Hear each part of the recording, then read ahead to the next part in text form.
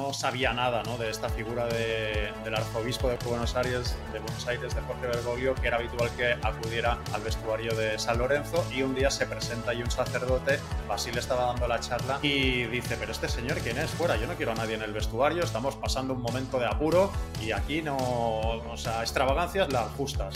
Total, que lo acabó echando del vestuario, se fue muy triste el pobre Jorge Bergoglio, y al cabo de unos años, cuando fue proclamado papa, a Basile le dijeron: ¿sabes quién es ese señor, no?, el que ha sido proclamado papa? Y dice: hombre, no lo voy a saber, si es argentino, nadie habla de otra cosa. Y dice: no, ese señor es el que hace años tú echaste del vestuario de San Lorenzo. ¡Ostras! Hola, hola, ¿cómo estáis, amigas y amigos atleros del mundo? Aquí estamos una semana más, ya nos estamos acercando al final de temporada, Jordi Domínguez, pero todavía no sentimos ese cansancio, ya lo que sentimos es pues ganas de celebrar títulos. Vamos a hablar precisamente de algunos ascensos, de algunas promociones, de algunos campeones también. ¿Cómo estás, Jordi? ¿Qué tal, Aitor? Muy bien. Ese es el momento más bonito de la temporada, ¿no? Cuando todo se decide, por arriba, por abajo, los títulos, los premios de jugar en Europa, para algunos equipos la primera vez, para otros la decepción del descenso, pero es el desenlace de todo lo que venimos recorriendo durante meses, así que es, yo creo que el momento más emocionante del curso. Sí, además no tendría mucho sentido, ¿no? Si nos hemos tragado toda la serie, perdernos el season final, ¿no? No tendría demasiado sentido precisamente este momento tan chulo como tú apuntas. Incluso chulo por abajo, siempre y cuando no lo vivas implicado, es decir, siempre y cuando tu equipo no esté ahí sufriendo, como por ejemplo es mi caso. Pero bueno, vamos a pasar un tupido velo, y si te parece, Jordi, hoy que estamos solos tú y yo, pues parece esto una canción de, no sé, de Bisbal o de alguno de estos. Tenemos, por ejemplo, algo de feedback. Vamos a repasar, por ejemplo, en Spotify, Link73. Hay algo particular del Chattanooga Football Club, del cual hablamos la semana pasada, porque era uno de estos equipos que había jugado en la Copa de Estados Unidos. De hecho, había jugado contra otro conjunto de Chattanooga, esa ciudad de Tennessee, habían jugado un derby. Y dice, este equipo, este Chattanooga Football Club, en 2021 y 2000, sus equipos masculino y femenino fueron patrocinados por el Wolfsburgo, con el escudo del equipo alemán estampado en el frontal de las camisetas. Su punto en común: la Volkswagen, cuyos trabajadores fundaron al Wolfsburgo, tienen su planta de ensamblaje estadounidense en la ciudad de Chattanooga. O sea que Volkswagen está presente en los equipos en los que tiene, en las ciudades en las que tiene plantas, tanto en Alemania, ese Wolfsburgo, como en Estados Unidos, en Chattanooga. Sergio Galvez dice: otro gran podcast. Por cierto, el Arcadaj ha llegado a la final de la AFC Challenge Cup. Pues es verdad, tienes toda la razón, Sergio, y jugará contra el Svay Rieng de Camboya, entrenado por un español que ha eliminado al Madura United. Habría estado bueno ese partido. Un saludo. Sí, es verdad, lo apuntamos. ¿Recuerdas que dijimos que podría darse un Arcadaj Madura United en esa final de la Asian Challenge Cup? Pues bueno, ahí tenemos al Arcadaj. Sois la hostia, dice Richo 1985. Y Lara Maestripieri, que dice: gracias por los saludos, chicos. Si estáis en la parada de Panenka de San Jordi, os venimos a saludar. Pues bueno, podemos pasarnos. No sé exactamente a qué hora te vas a pasar, Lara, pero bueno, recordarás que Lara se presentó como probablemente una de las primeras oyentes que tenemos en el Atlas, una de las primeras atleras. En iVox, Rubén Hernández Ballester, mítico el Sans Club, un clásico como el Descansa, sí, otro equipo también que tiene bastantes jugadores cada fin de semana. Y J.A. Palop, hablando de exjugadores exóticos, se os ha escapado el pedazo de bigotudo de Zigmantovic. Siempre me flipó de pequeño ese pedazo de apellido. Ojalá veamos al Racing en primera el año que viene. Pues sí, la verdad que es uno de estos equipos que siempre se echa de menos, ¿no? Y en YouTube, pues también muchos comentarios. Andreu Chumastiger, aquí desde el capítulo 1, me encanta que esto siga creciendo y cada vez seamos más atleros por el mundo. Por cierto, ¿tenéis un nuevo suscriptor de Panenka? Pues mil gracias, Andreu, eres un crack. Los ascensos en Uruguay se definen por promedio, chicos. Abrazo y gran programa. Aquí, tu momento, Jordi. Sí, corrección, ¿no? Momento de... Fe de ratas. Fe de ratas, exacto. Porque es verdad que Carlos el otro día lo apuntó y yo le corregí, y además para cometer un error, porque tenía él razón. Sí que se definen por promedios los descensos, los 3 descensos en Uruguay. Yo pensaba que era por la tabla anual, la que suma los puntos de la apertura, el intermedio y el clausura, y los 3 que tienen menos puntos descienden, pero no es así. Se promedia, o sea, va en función del promedio de puntos obtenidos en las últimas 2 temporadas, y los 3 equipos que tienen un peor promedio de puntos son los que descienden. Lo que pasa es que si hay algún equipo que es recién ascendido, obviamente no se le pueden no se le puede hacer el promedio de las 2 últimas temporadas. En ese caso solo se usa el de esa temporada en la que ha ascendido a la máxima categoría, pero en cualquier caso hacemos esa corrección para que no quede ahí ese error. El descenso en Uruguay, al igual que en otros países sudamericanos, va por promedios. Perfecto, pues ya está, hecho esa mención que también nos comentaba Manja3105. Más comentarios, por ejemplo, confirmo que los quehaceres de casa son mucho más amenos con un buen episodio de Atlas de fondo, nos dice Philips Light 1. Aprovecho para decir por aquí que el equipo de mi pueblo, Birbiesca, de Tercera Federación, tuvo a Juan Luis Guirado como supercentral, súper central, ex internacional por Filipinas. Creo que sería buen tema investigar sobre futbolistas internacionales en categorías inferiores de España. Un saludo y felicidades por vuestro trabajo. Supongo que se refiere a jugadores que han llegado a internacionales con otros países siendo españoles, ¿no? Por ejemplo, efectivamente, el caso de Guirado, hablábamos también en otro momento del jugador este de Malasia, Jordi Amat, que no sé si esto se puede retomar, a lo mejor, Jordi, ahora... Sí, yo he tratado de contactar con él sin éxito de momento y eso tenemos algún amigo en común, como Víctor Sánchez, que es el que hizo la gestión. Él sí consiguió hablar con Jordi Amat, yo le escribí, pero no sé si es que no usa ese teléfono que me pasaron. De momento no he conseguido hablar con él. Pero bueno, el capitán de la selección de Indonesia y además príncipe en Indonesia sería evidentemente un personaje súper interesante al que entrevistar aquí en el Atlas, así que lo seguiremos intentando. Súper. Pues sí, un amigo como Víctor Sánchez, por cierto, me viene a la cabeza también otro amigo como Jesús Imaz, que se ha enfrentado en estos cuartos de final, ¿no?, de la Conference con el Real Betis Balompié, pues también otro pedazo de crack que está fuera de nuestras fronteras. Bochal 10, gran programa como siempre. En Uruguay también existe el descenso por promedios. En Argentina los promedios se realizaron para que los equipos grandes no descendieran. Igual descendieron 4 de los 5 grandes a lo largo de la historia. Es un sistema injusto o justo según se mire, ya que supuestamente está creado para que una sola mala temporada no te perjudique. Y claro, se sobreentiende que si a lo largo de 3 campeonatos realizaste malas campañas, pues mereces descender, ¿no? Ya decíamos que, bueno, había varios comentarios. Me voy a quedar ya para acabar con un nickname que está generado, yo creo que de manera random. Creo que es el gran problema del fútbol sudamericano, su pérdida de interés en sus propios países. ¿No sería más sencillo hacer ligas de siempre a doble vuelta y punto? Pregunto a los amigos de Sudamérica. Bueno, pues ahí deja abierta un poco esa pregunta. Iker Fernández Pujadas, que es uno de los habituales clásicos atleros, además también a la hora de darnos feedback.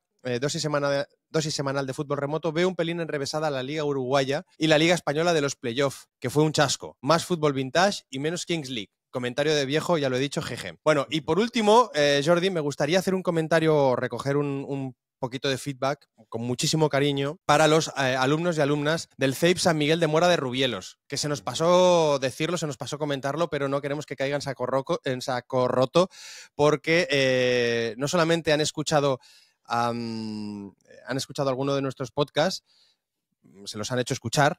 Quiero imaginar que no están ahí como en la naranja mecánica con los alambres en las orejas escuchando a la fuerza, pero es que además les ha servido un poco para hacer un test, un examen, acerca de historias en la geografía, en lo ancho mundo y en la historia también, ¿no? Pues hacen preguntas acerca de temas que hemos tocado aquí en el Atlas. Me parece un poco loco. Pero bueno, creo que el profesor nos ha dejado un textito. Alcorman dice: gracias por el aporte de aragonesismos, Aitor. Ese escoscadas me ha llegado al alma. Se ve que en algún momento he dicho escoscado. Pues bueno, sí, se nota que soy de Aragón. Y al margen, gracias por parte de la clase de sexto del CEIP de San Miguel de Mora de Rubielos por la base para el trabajo de la Copa de Francia. Y gracias por ser una gozada de programa, mina de curiosidades para mentes futboleras.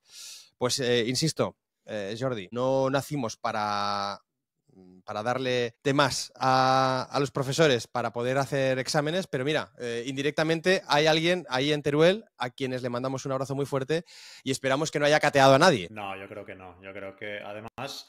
Hombre, Si le han preguntado cómo funcionan los promedios en Uruguay, seguramente habrá cateado todo el mundo. Sí, no, pero es una muy buena manera de acercarse a la geografía y a la historia. A mí, de hecho, a través del fútbol, yo recuerdo que jugando al PC Fútbol, luego en los exámenes de capitales y de situar países es que no fallaba ni uno. Cada uno tiene que encontrar el camino más sencillo para el conocimiento. Y si es a través del fútbol y a través del Atlas, oye, pues bienvenido sea. Oye, muy bien, te ha quedado muy bien esto de encuentra tu camino hacia el conocimiento. Es un poco, no sé, Muy no sé filósofo, cómo... ¿no? Sí, mira, ya podemos engancharlo casi con la muerte del Papa Francisco, ¿no? Porque me ha sonado ahí un poquito a hermanos, encontrad vuestro camino, ¿no? A homilía. Al conocimiento. Pues cuéntanos un poco, porque ha tenido también una repercusión futbolística, lógicamente teniendo en cuenta que era ya Bergoglio una figura muy, muy implicada, sobre todo con San Lorenzo de Almagro y en general con el fútbol. Exacto, era un hincha confeso de los Cuervos, que se llaman así, por cierto,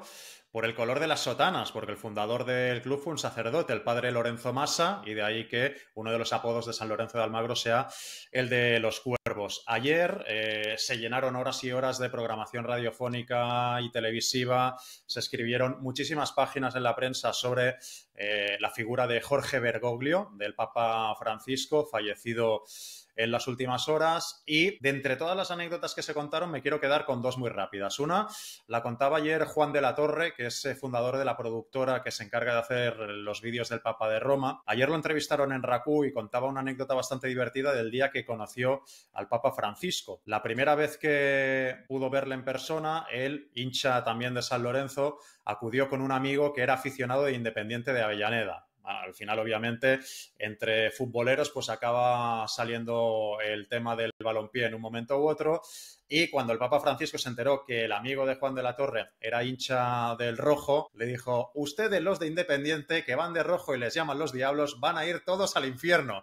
¡Ostras! Y se cagó y dijo: hombre, usted que es el Papa, no me diga esto, que si me lo dice el Papa, el representante de Dios en la tierra, me lo voy a tener que creer. Bueno, y al final dijo: no, es una broma, ya sabe que yo soy muy chistoso, muy futbolero, pero bueno, habla un poco del carácter también de Jorge Bergoglio, del Papa Francisco, y de su afición por el fútbol. Y hay otra anécdota que ayer contaba en la COPE un exfutbolista del Córdoba, Ariel Montenegro, jugó en segunda división con el Córdoba y también estuvo en otros equipos españoles, y él anteriormente había estado en San Lorenzo. Y en ese momento Jorge Bergoglio era el arzobispo de Buenos Aires, todavía ni podía imaginar que acabaría siendo papa, y era habitual que acudiera al vestuario de San Lorenzo de Almagro para bendecir a la plantilla y para de alguna manera insuflarles ánimo para conseguir buenos resultados. En aquella época el equipo estaba pasando una mala racha, el entrenador era el Coco Basile y no sabía nada, ¿no?, de esta figura del arzobispo de Buenos Aires, de Jorge Bergoglio, que era habitual que acudiera al vestuario de San Lorenzo, y un día se presenta ahí un sacerdote, Basile estaba dando la charla y dice: pero este señor, ¿quién es? Fuera, yo no quiero a nadie en el vestuario, estamos pasando un momento de apuro y aquí no, o sea, extravagancias las justas. Total, que lo acabó echando del vestuario, se fue muy triste el pobre Jorge Bergoglio, y al cabo de unos años, cuando fue proclamado papa, a Basile le dijeron: ¿sabes quién es ese señor, no?, el que ha sido proclamado papa. Y dice: hombre, no lo voy a saber, si es argentino, nadie habla de otra cosa. Y dice: no, ese señor es el que hace años tú echaste del vestuario de San Lorenzo. ¡Ostras! Muy buena esta, ¿eh? También. Sí, un tipazo, la verdad, ¿eh? Parecía bastante tipazo el Papa Francisco, que, si no me equivoco, aceptó por parte de San Lorenzo, por parte de la dirigencia de San Lorenzo, ¿no?, la propuesta de que el nuevo estadio en el viejo emplazamiento del gasómetro de Boedo, ¿no?, donde quiere volver y donde va a volver San Lorenzo de Almagro, algún día, cuando se pueda reinaugurar, pues lleve el nombre de Estadio Papa Francisco. Así que va a quedar con esa vinculación al fútbol y con esa vinculación sobre todo con San Lorenzo de Almagro, que es el equipo, entre otros, de Iker Muniain. Yo ayer estuve viendo precisamente, no sé si lo has visto tú, el informe Plus de Muniain. No está mal, ¿eh? No lo he visto todavía, pero lo tengo pendiente. Pues es un producto así como muy, dijéramos, para mayor gloria del personaje, ¿no? Pero está bien. Bueno, sobre todo te ahonda un poco en ese quinto grande, ¿no? Quitado Independiente, Racing, Boca y River, San Lorenzo de Almagro es un poco el quinto grande que quizá a lo mejor tiene un poco menos de llegada a nivel europeo, como mínimo en mi entorno, ¿no? Y bueno, te acaba de dibujar un equipo peculiar, como tú decías, surgido pues en un barrio muy pobre, pues con la participación de un sacerdote, ese padre Lorenzo Massa, y luego con una vinculación muy clara también con los españoles y concretamente con los vascos, ¿no? Con los vascos que escaparon de la guerra civil con aquella selección de Euskadi, con Iraragorri, con Zubieta y sobre todo con Lángara como grandes estandartes, y un poco la conexión ahora con Iker Muniain. Bueno, total, ahí queda hecha ese apunte. Por cierto, Jordi, se han postergado todos los partidos, ¿no?, que tenían que disputarse estos días precisamente por el fallecimiento en Italia, precisamente por el fallecimiento de Bergoglio. Así es, después de conocerse la noticia se suspendió toda la jornada, todo lo que quedaba de jornada en la Serie A en señal de duelo.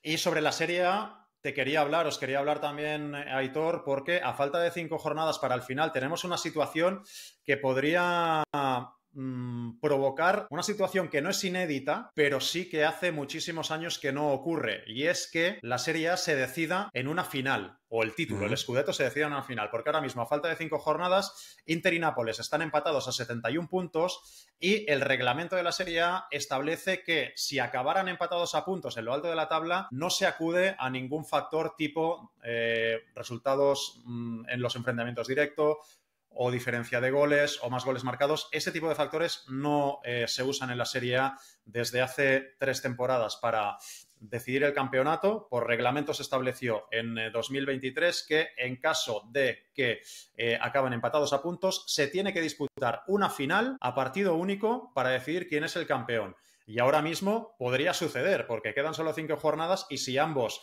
ganan los 5 partidos, por ejemplo, pues tendremos que acudir a ese partido, a esa final, para ver si es el Inter o es el Nápoles el campeón de la Serie A. Calendario mucho más fácil para el Nápoles en esta recta final, porque al Inter le queda recibir a Roma, Hellas Verona y Lazio, y visitar a Torino y Como. Esos son los 5 partidos que le quedan al Inter, y al Nápoles, en cambio, le queda recibir a Torino, Genoa y Cagliari y visitar a Lecce y Parma, con lo cual aparentemente tiene un calendario más propicio el cuadro partenopeo, el cuadro napolitano, pero bueno, veremos si se tiene que disputar esa final. Si esto ocurriera, sería la primera vez en más de 60 años que tiene que acudirse a un playoff o a un partido final para decidir al campeón de la Serie A. Y en la última ocasión también estuvo metido el Inter. Hablamos de la temporada 63-64. Era contra el Bolonia, que era el equipo con el que acabó empatado a puntos en lo alto de la tabla. Ganó el Bolonia 2-0 en ese partido de desempate que se disputó en el Olímpico de Roma. Es curioso que ahora podemos llegar a esta situación precisamente porque el Inter perdió frente al Bolonia en la última jornada.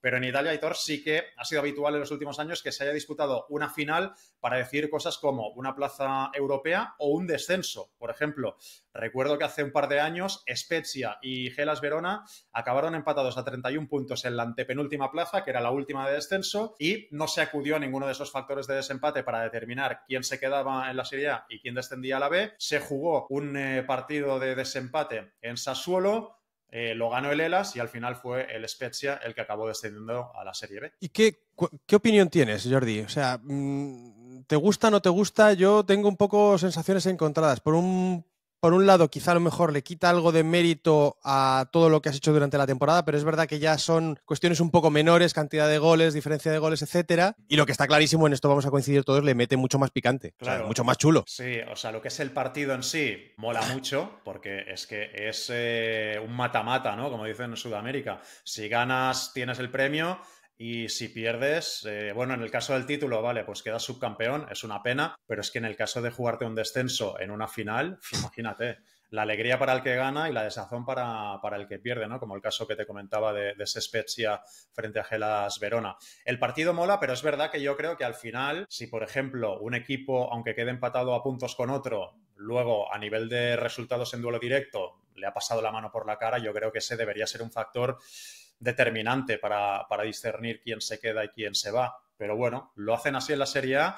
El tema va a ser que como el Inter tenga que llegar a este partido, el Inter estamos hablando de que está en semifinales de Copa, en semifinales de Champions, peleando por la Liga, el calendario está muy apretado, van a disputar también el Mundial de Clubs en verano y si le añades esta final, todavía cargas más además ese apretadísimo calendario del cuadro nerazzurro. Así que vamos a ver qué pasa. Porque el calendario del Inter, ya te lo he comentado, es complicado. Hay un derbi de Roma, un derbi de Roma no, hay un duelo frente al Lazio también por ahí que va a ser bastante candente. Hay un duelo frente a la Roma. En fin, hay partidos. Sí, la Roma que además va como un tiro. Sí, al final no sabemos primero si se va a dar esa final finalísima por la Serie A. Si se termina dando, no sabemos quién acabará ganando. Lo que sí sabemos es que de momento el que está ganando es el Barça, porque le mete mucha más presión a un Inter que de otra manera a lo mejor podía ir algo más relajado a esa eliminatoria de semifinales de la Champions. Estoy viendo por aquí que nos hablabas de ese último precedente en el año 63, puede ser, ¿no? Con el título del Bolonia. 63-64 fue la temporada. 64.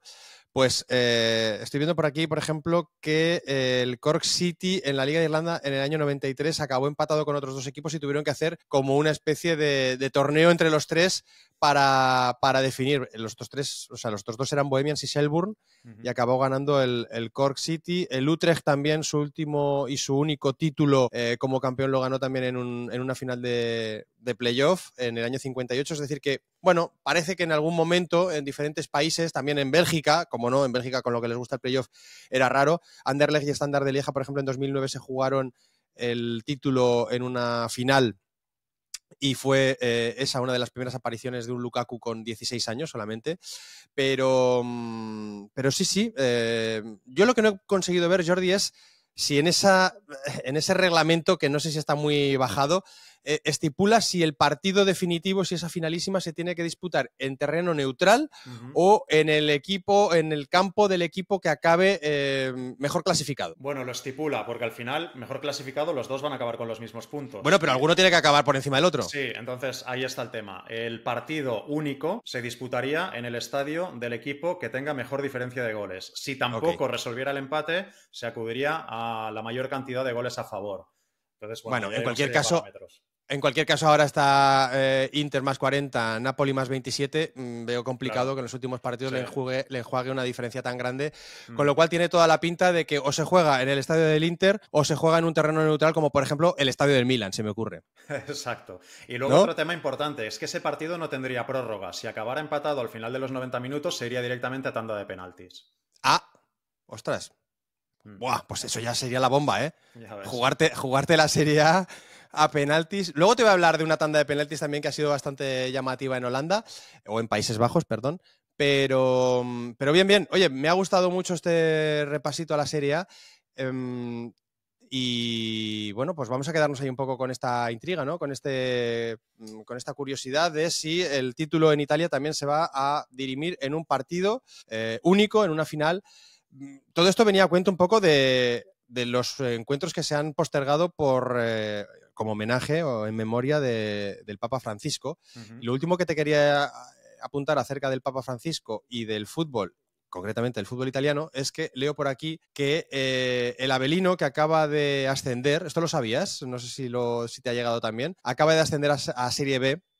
Resulta que todos sus ascensos coinciden con muertes de papa o momentos en los que hay cambio de papa. Pasó en la 58-59 en la que subió a Serie C. Debió de haber ahí una muerte de papa que sinceramente no controlo.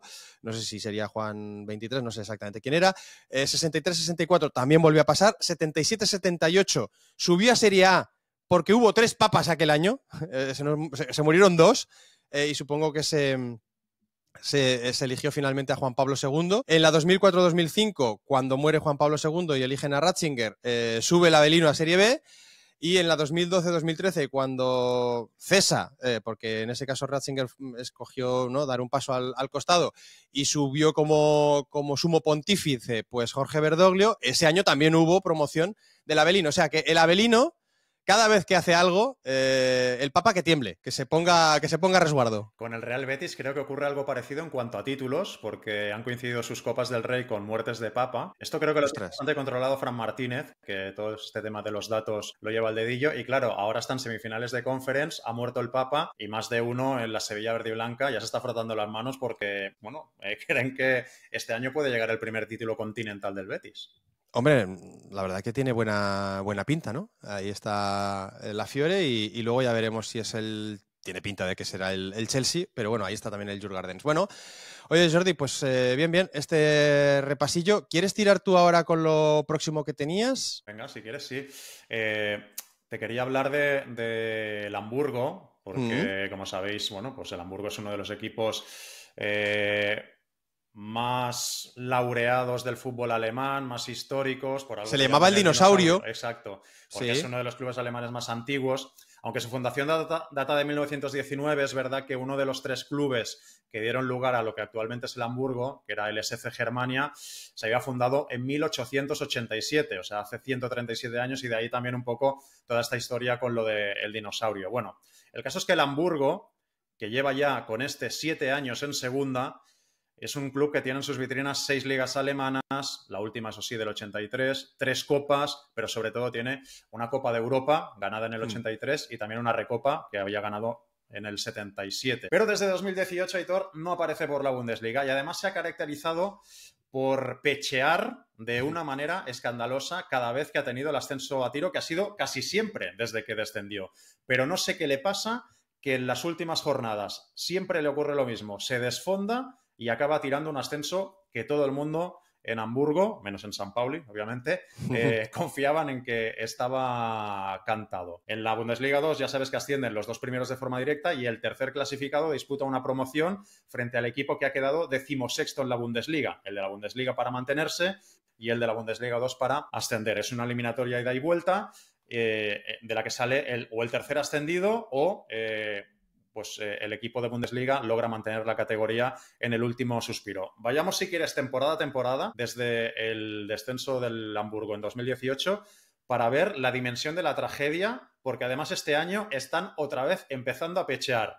Es decir, están otra vez empezando a fallar cuando todo el mundo daba por hecho que este año sí el Hamburgo iba a volver a Bundesliga. Vamos por partes. 2018-19, primera temporada tras el descenso. El Hamburgo llega a la jornada 25 de 38 en puestos de ascenso directo con 7 puntos de margen sobre el cuarto y con 3 sobre el tercero. Es decir, a lo mejor el ascenso directo no lo tenía tan claro, pero la promoción con 7 de ventaja sobre el cuarto parecía, bueno, que estaba bastante bien amarrada. Bueno, esa era la primera temporada en segunda, ¿no? La primera temporada en segunda. Quedan 9 jornadas. Y en esas 9 jornadas el Hamburgo solo gana un partido. Una victoria, 3 empates, 5 derrotas. Pasa del primer puesto destacado al cuarto, con lo cual ni siquiera juega la promoción aquel año. Suben directos el Colonia y el Paderborn. La promoción es para el Unión Berlín con 57 puntos y el Hamburgo termina cuarto con 56.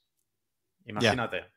Sí, claro, perdona, ya me adelanto, pero lo que vas a ir relatando ahora va a ser un largo periplo de catastróficas desdichas, algunas en los últimos minutos de los partidos de promoción, pero también, y esto me recuerda un poco a lo que está pasando en España, el ascenso de lo que en Alemania se llama Dorfverein, que es equipos de pueblo, o prácticamente de pueblo. Vamos a ver conjuntos que representan a localidades muy pequeñas que llegan a la primera división del fútbol alemán por primera vez.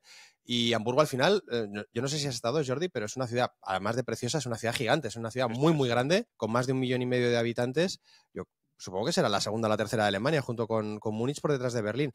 Bueno, lo dicho, esa es la primera temporada en la que el Hamburgo, en toda su historia, jugaba segunda división y la pifia al final. Vamos con la segunda temporada. Estamos hablando ahora de 2019-2020. El Hamburgo ocupa posiciones de ascenso directo, en 22 de las 34 jornadas del campeonato, es decir, 2/3 del campeonato está en puestos de ascenso directo. Pero, tras cosechar un empate y 2 derrotas en las 3 últimas jornadas, vuelve a caer al cuarto puesto, a solo un punto del tercero, que es el Heidenheim. Arminia Bielefeld y Stuttgart suben directos, el Heidenheim juega la promoción y el Hamburgo, por segundo año consecutivo, se queda a las puertas de pelear el ascenso.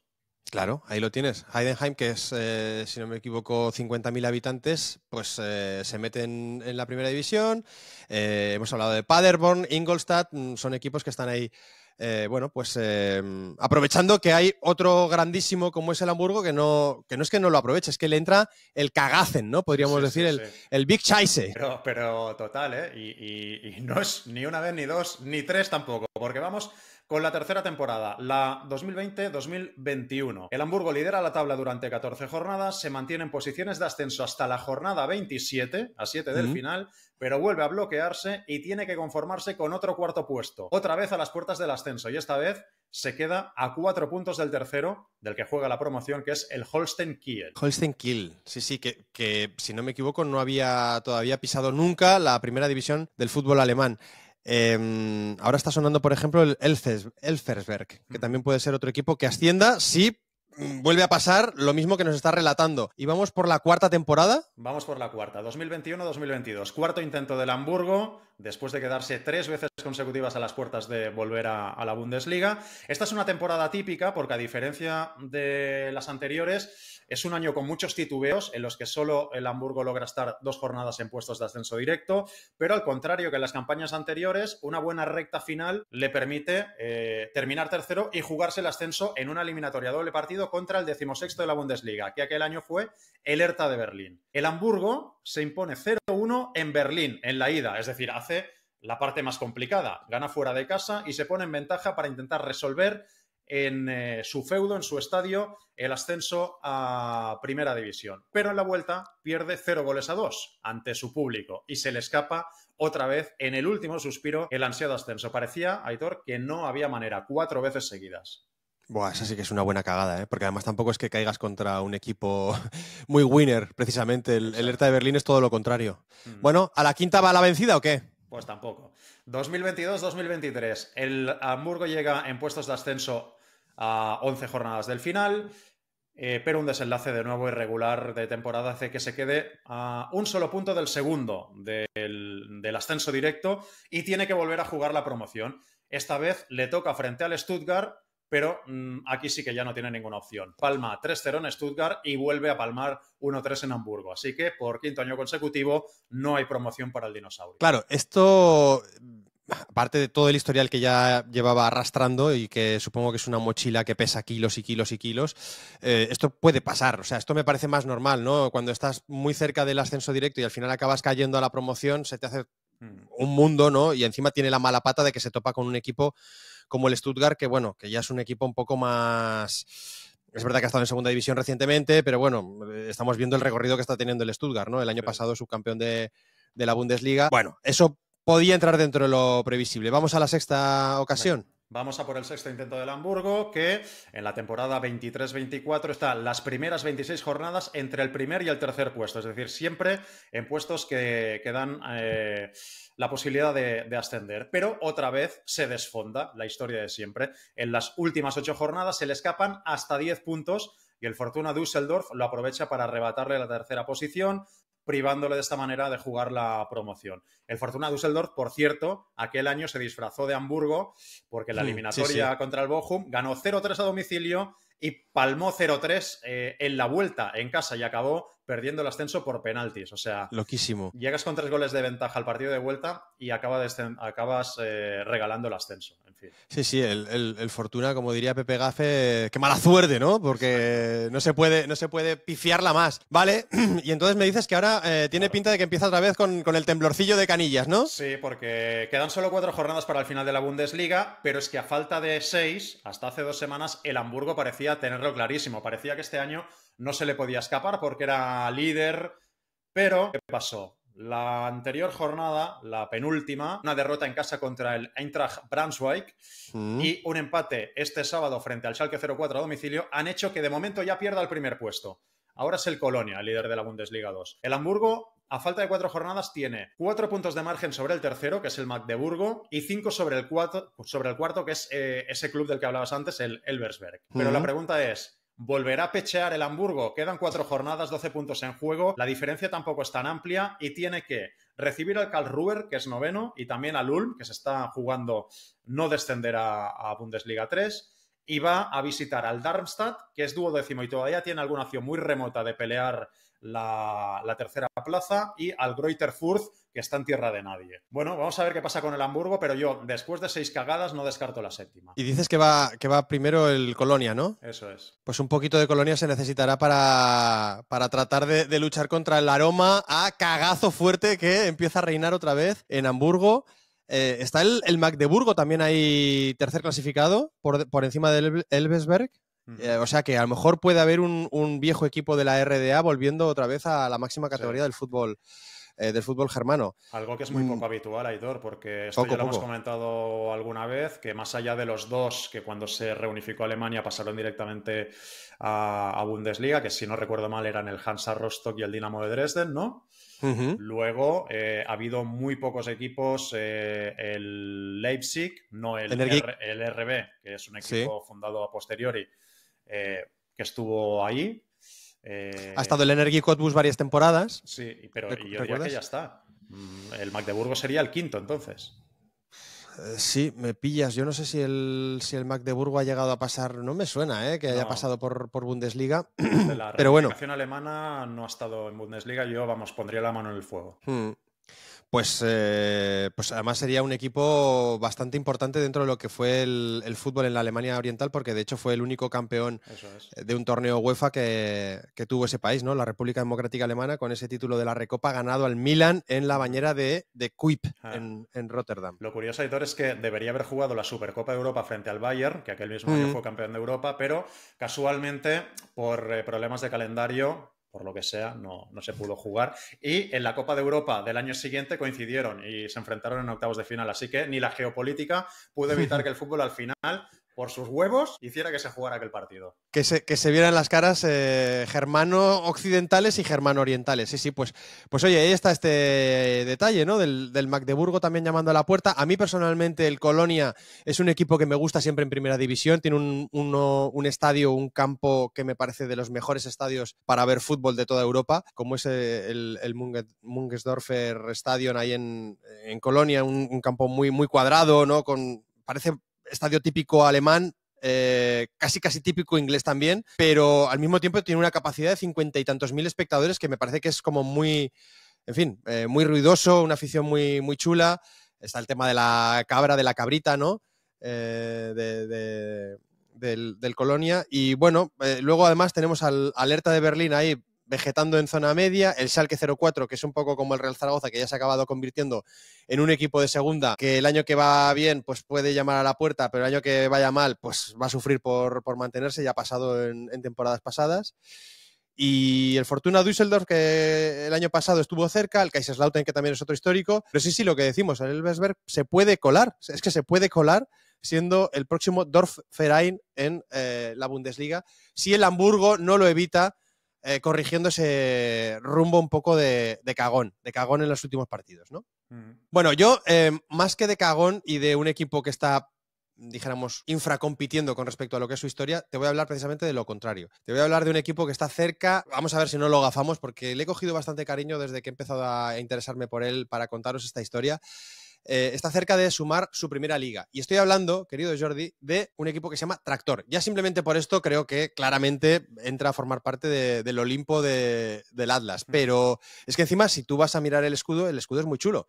El escudo no miente, no engaña. En el escudo aparece un tractor, efectivamente, y es un equipo iraní. Una nación, Irán, que no tuvo liga durante 10 años.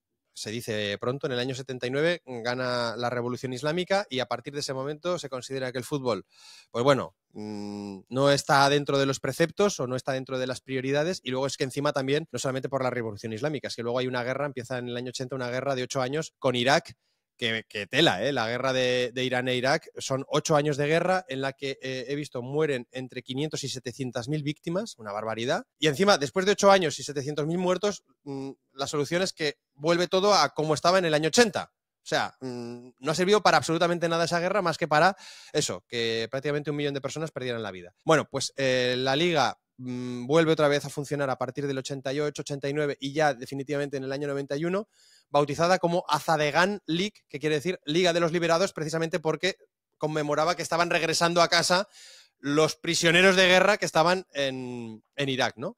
Entonces, desde ese momento se juega ya la liga con regularidad.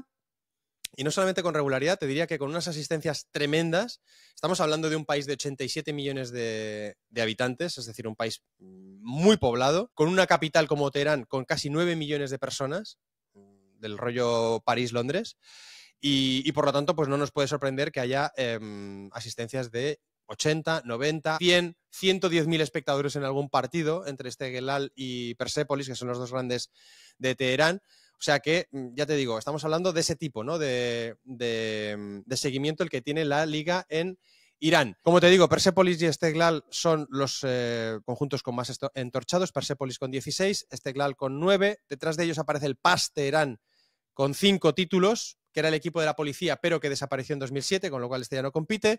Y luego ya tenemos al Sepahan, que es el equipo que representa la tercera ciudad del país.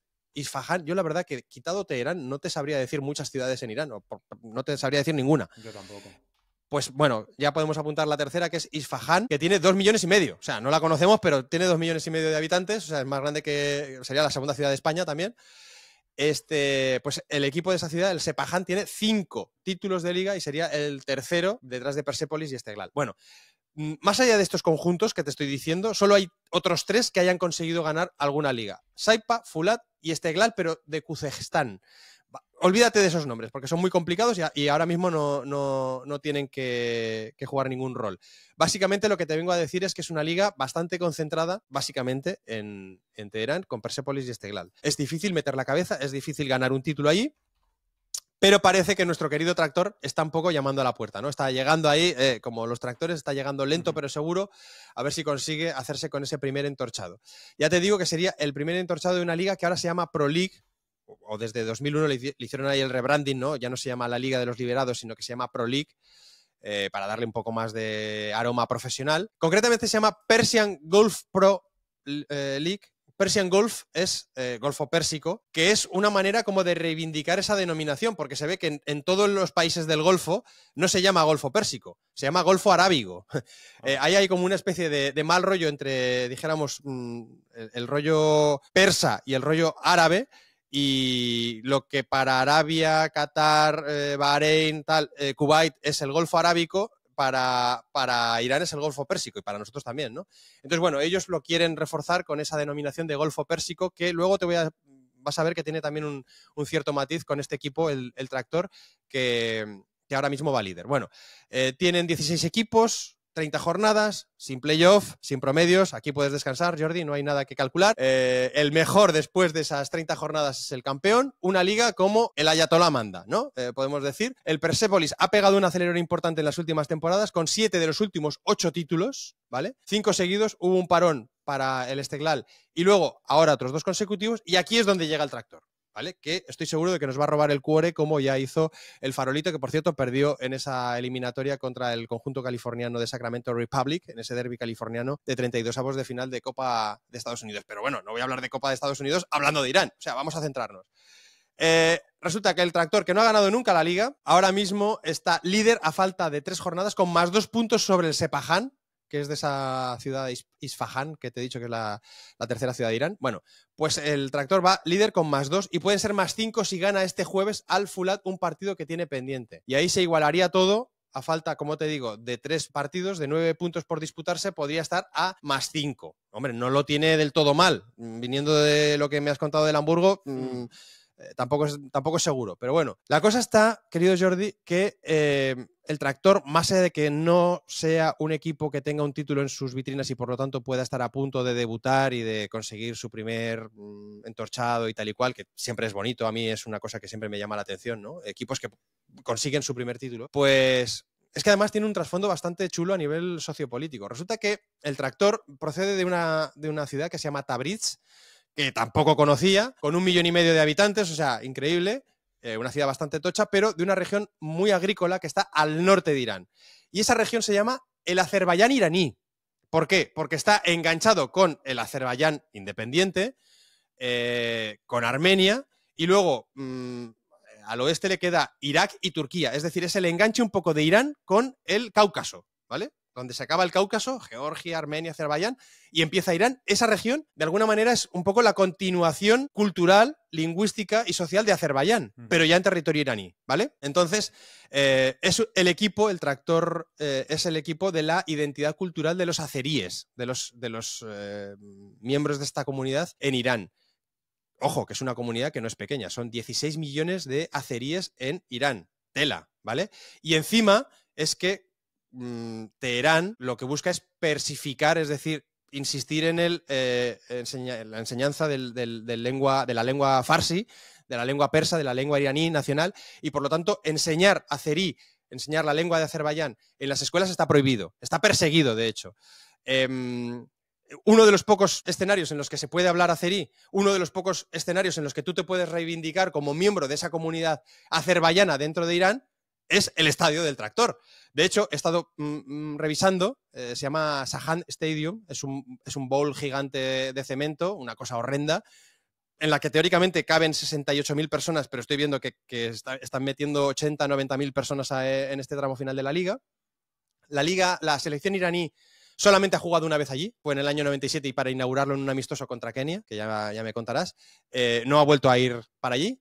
Y yo, preparando un poco lo que te iba a contar acerca del Tractor, pues he visto pancartas como, por ejemplo, South Azerbaijan is not Iran, que la verdad es que hay que tener los azerbaiyanes bastante bien puestos para llevar una pancarta así en Irán, ¿eh? Yeah. O sea, yo creo que no debe de ser cosa ligera el riesgo que corres. También cánticos de Tabriz, Bakú, Ankara, cánticos en los que vinculan la capital del Azerbaiyán del Sur con la del Azerbaiyán independiente y con la capital de Turquía, porque parece que la lengua azerí es un poco túrquica, entonces sí. Más o menos hay como una especie de hermandad túrquica, ¿no? Entre la propia Turquía, el Azerbaiyán independiente y el Azerbaiyán de Irán. Espero que no esté quedando esto muy, muy liado y que no suene un poco a Rajoy. Pero bueno, más o menos nos estamos entendiendo, ¿no? Esa región de carácter o de identidad azerbaiyana dentro de Irán es la que está viéndose representada por un Tractor que puede que consiga su primer título de liga. Por ejemplo, otra cosa que hacen, aparte de cantar esto no es Irán, es que el equipo siempre habla de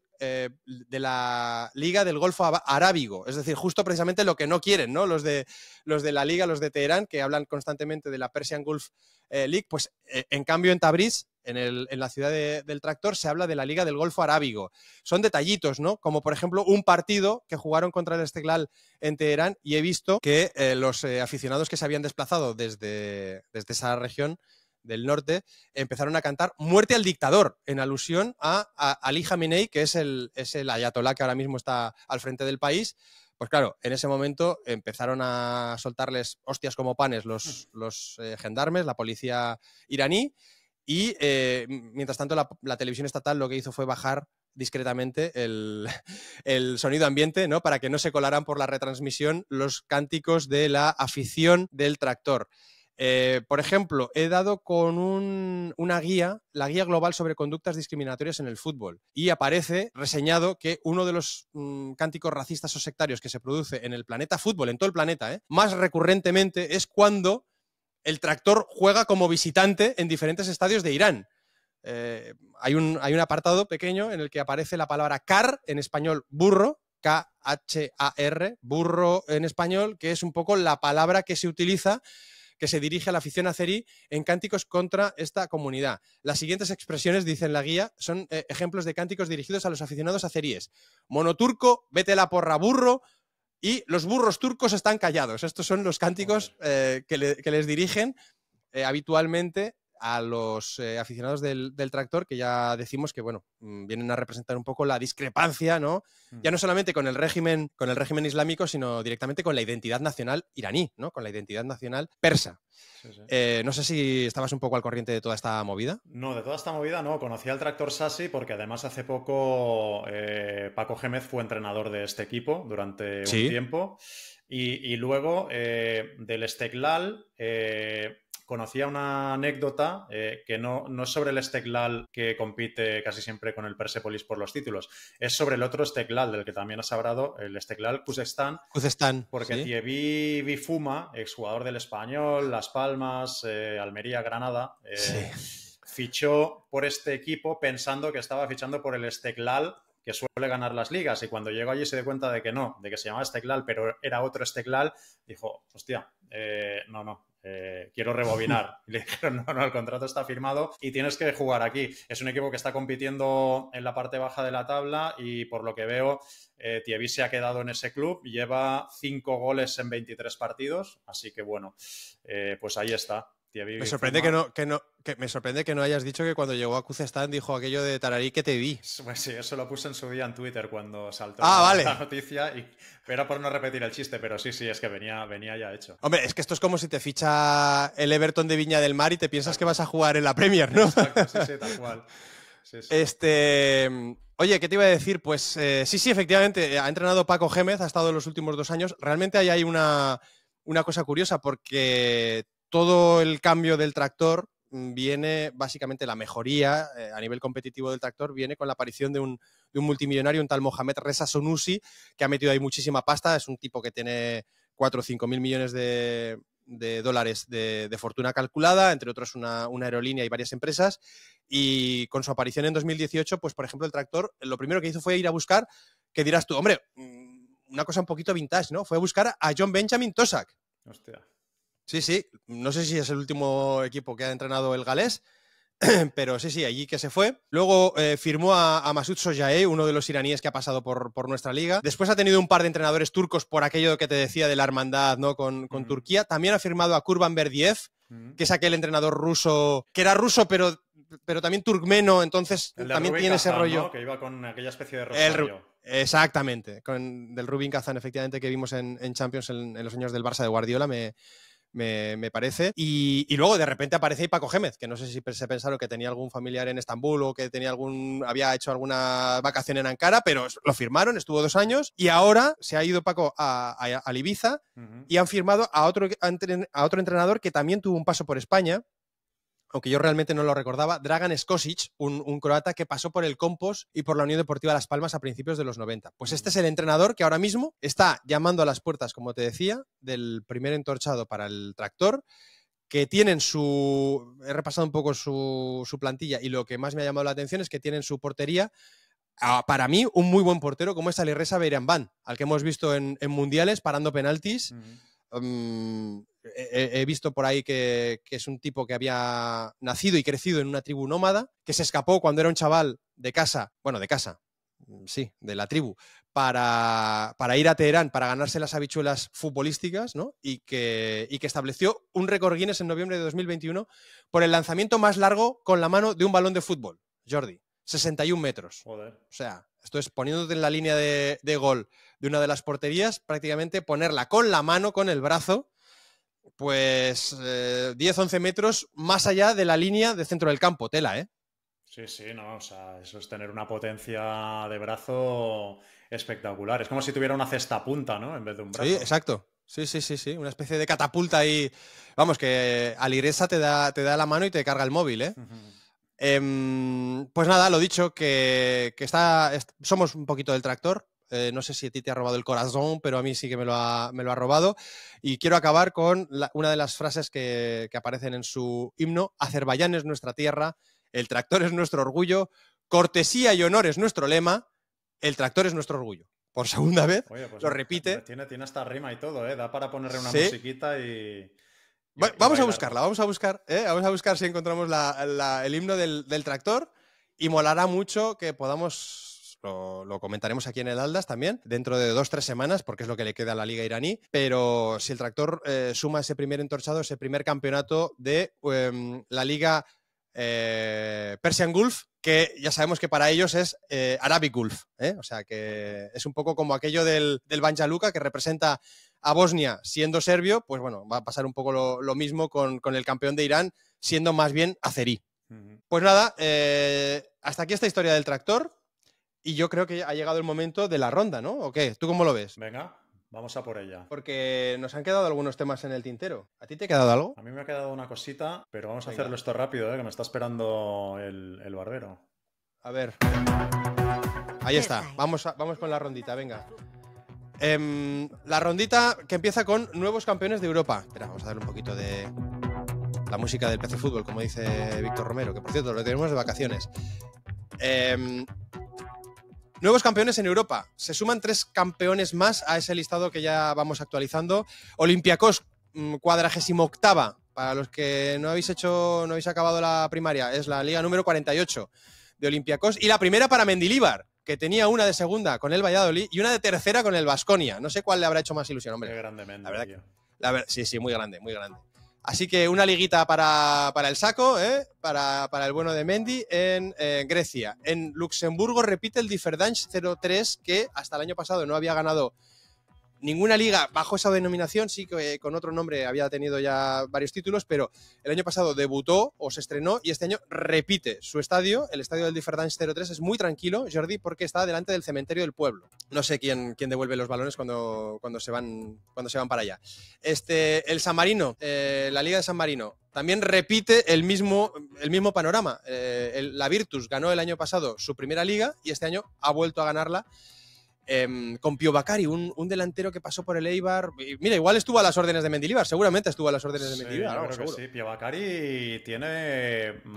En el inicio de su trayectoria también estuvo en San Marino antes de llegar al fútbol español, ¿eh? O sea que, no sé, tiene tendencia a jugar para clubes de ese país. Sí, tiene querencia, ¿no?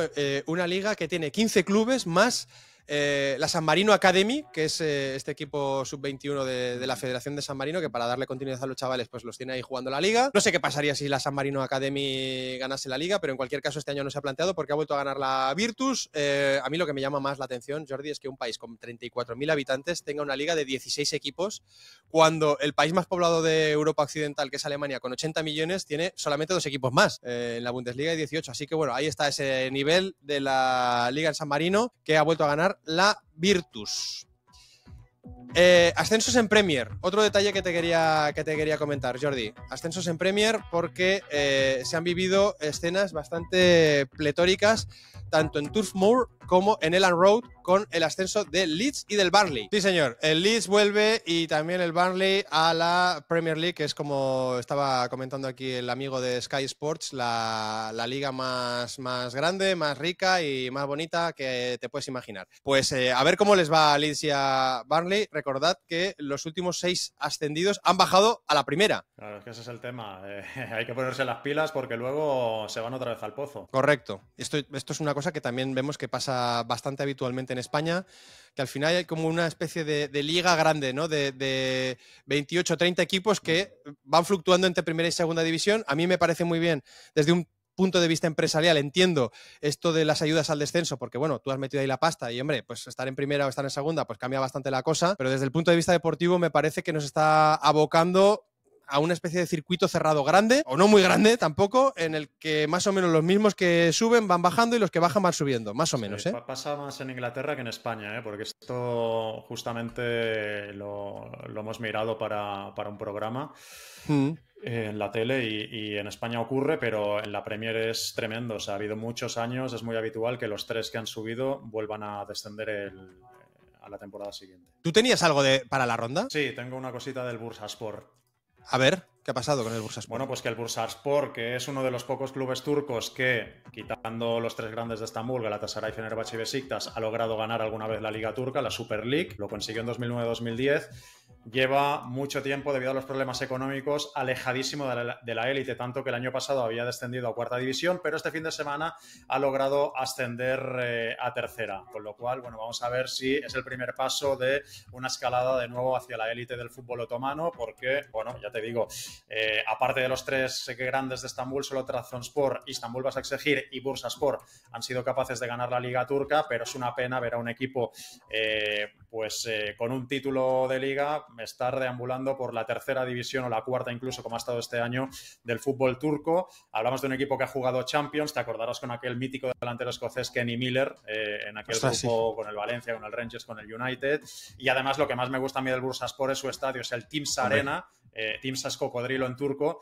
porque el estadio, si lo ves desde arriba, con capacidad para más de 40.000 espectadores, emula la forma de un cocodrilo verde, incluso con la cabeza ahí metida. Es uno de los estadios más icónicos del fútbol europeo y, hombre, me gustaría verlo de nuevo en primera división e incluso en competiciones europeas, pero parece que está un poquito lejos porque, ya te digo, acaban de celebrar el regreso a 3ª división. Claro, efectivamente, es lo que decías tú, ¿no? Lo que sobre todo es más llamativo es un equipo con un estadio que no sé, tendrá 40, 45, 50.000 plazas de aforo jugando en 4ª división. Y llenando el estadio, porque tiene una afición que es muy fiel. Bueno, pues la ronda remota no sería ronda y no sería súper remota si no tuviera un detallito de Irlanda, Jordi.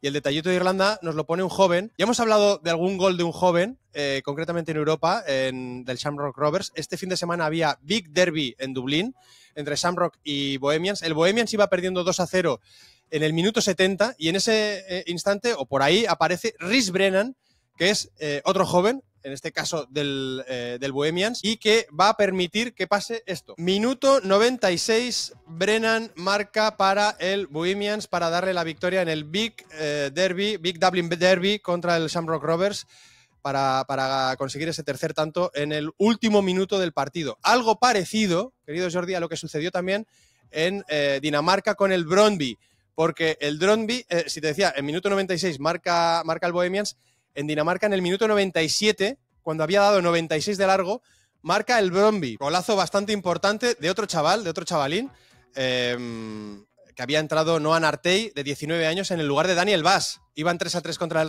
Randers y esta victoria pues les permite seguir soñando con ganar la liga. El Brøndby ha perdido bastante pistonada con respecto al Copenhague, ¿eh? En los últimos 20 años, una liga para el Brøndby, 11 para el Copenhague. Y ya lo último que te quería traer es esa final de Copa de Países Bajos. Jordi, no sé si lo has visto. Vaya locura. ¿Te has enterado? No. Pues mira, te cuento. Para empezar, final de Copa en Países Bajos un lunes a las 6:30 de la tarde.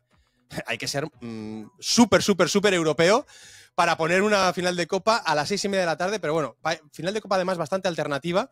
Llegaban el AZ Alkmaar y el Go Ahead Eagles, también equipo peculiar, ya solamente por la denominación, el escudo y todo lo que tú quieras.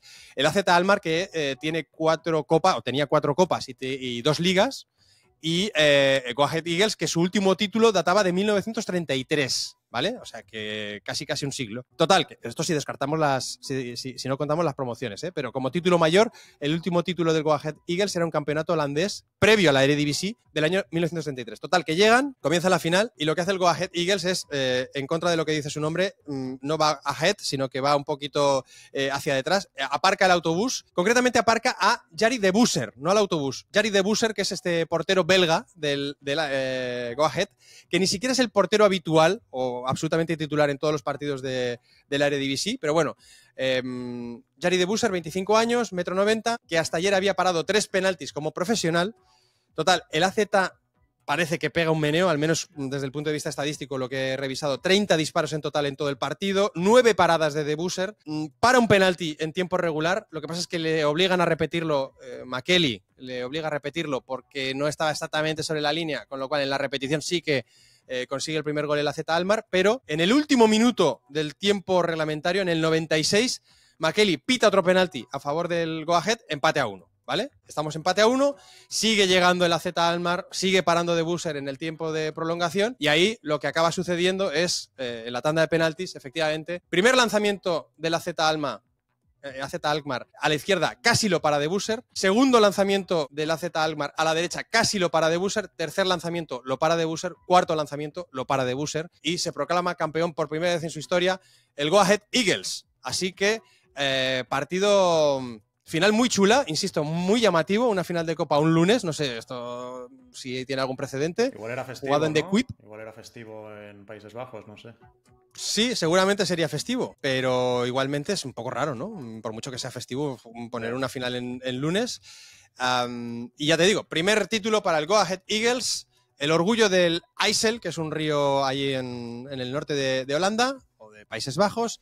Y gran partido para Jari de Busser, que es este portero belga que desde ayer supongo que no le van a faltar las novias. Jordi, ha sido un placer. Yo creo que hasta aquí vamos a dejar este Atlas número 38.